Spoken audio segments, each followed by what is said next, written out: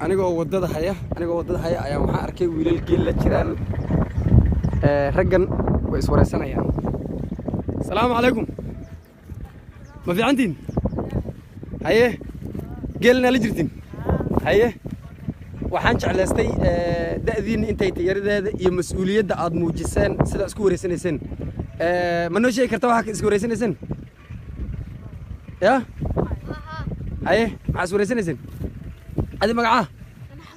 أنا عبد الرزاق باليراها. هيا أدينا؟ سليمان. ادي magaca ابو؟ علي. أدينا؟ ادي ما قسنا جبت حسن؟ ما قسنا. طبعا ما قرت. 6 سنة جبت صح؟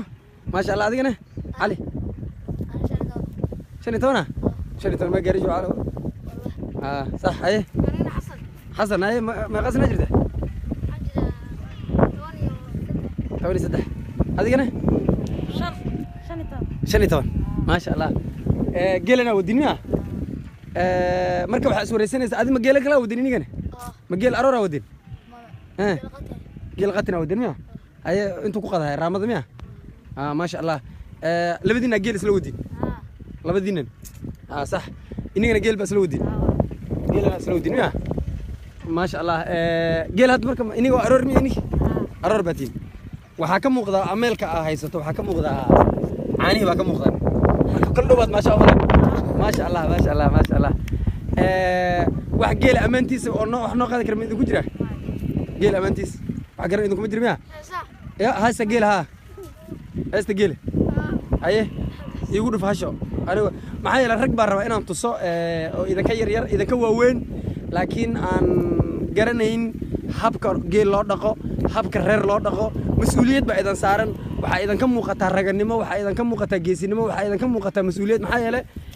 da'diina mid 16 sano gaartay idinku ma jiro haddana waxa is wareysanaysiin arrimo geela u roon cidda u roon halku daaqi laha wax saas is wareysanaysan sama haya marka hadda waxa is wareysanaysan daaq miya is wareysanaysan mise biyo masane daaq baa is wareysanaysan haya kee la wareysanaya korkii ma nimankan wareysanaysan miya cali adal wareysanay haya hadda warbixinta wali weynii socotaa u maleen ما شاء الله أدب أمها سنتين هاي هست جيل هالشيء يقول فوق أدور هلا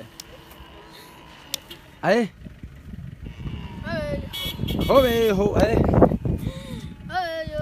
هاي هو سيدي قريجي أما قرايدي كانوا كأرياي وينو هذا كلا جبن أو جوك صادين هذا كلا جبن تجر ناكتي إذا كلا جرين هوبيو الله odayga arooriyada hore oo dakaaridin eeba waran iyo asma lagu dilin hoobayo haye hoobayo marka waa maasan tahay intaasan ku koobena dad baa waxay yiraahdaan af Soomaali ma aqaanaan dadka dega waqooyi bari Kenya dhulkan degan marka da'daas tahay xigmadaas ana ka soo maaxanaysa kuwaas waxaan u sheegayaa ninka da'da ah ayaa erayada ku hadlayay adigana af Soomaali si fiican u taqaanaa male ay marka waxaan rabay inaan tuso dad ayaga ay ka dhaadhacsan tahay in Soomaalida waqooyi bari degta aysan af Soomaaliga aysan aqoon aad u maasantiin